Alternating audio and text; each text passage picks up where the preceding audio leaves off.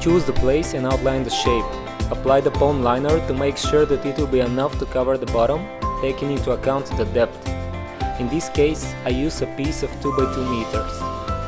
I form the hole on 2 levels, that way I gain more depth with a smaller volume of water and I can put pebbles on both levels. I leave a slight back slope on the upper level to keep the pebbles that I will add later on.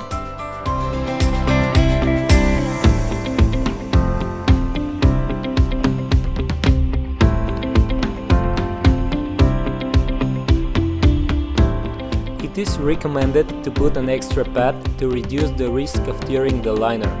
Here I use a wrapping paper from a TV, but you can use, for example, an old blanket. Shape the pond liner along the hole using pebbles, distributing the liner evenly, being careful not to damage it by applying pressure. Make sure to wash the pebbles prior to using them to avoid messing up the water.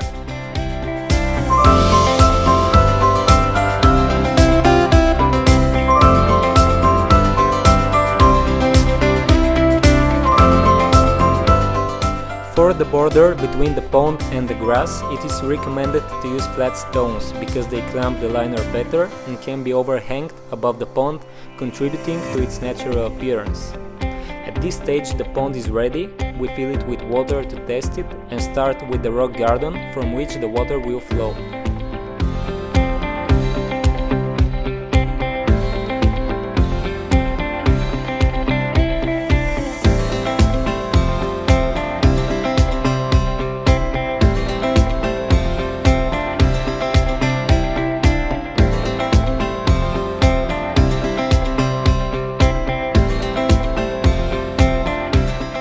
In this case, we are going to use a pump with a flow rate of 1200 liters per hour, a hose with a length of 2 meters and an output on which I have previously made a hole for the hose.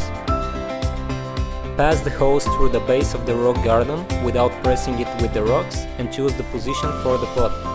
Allow yourself an extra length on the hose.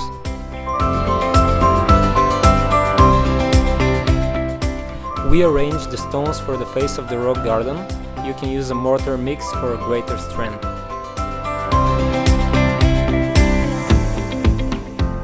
We add the collected soil at the back of the stones by trampling it, and at the top we form a place where we can firmly fix the pot. We put 2 large stones to provide side support and then add suitable stones in front and behind so that it does not move. Again, you can use a mortar or other mix for a greater strength.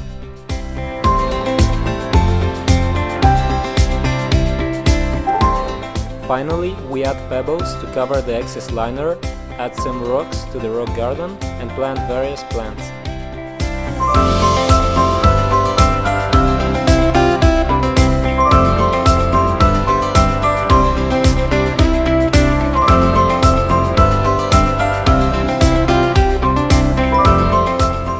The result is a budget, simple and very beautiful pond with a pleasant rumbling sound which is going to bring peace and harmony in every garden.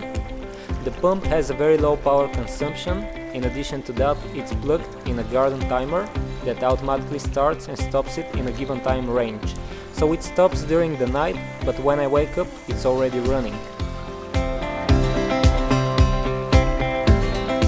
For information on the tools and materials used, check the description down below the video.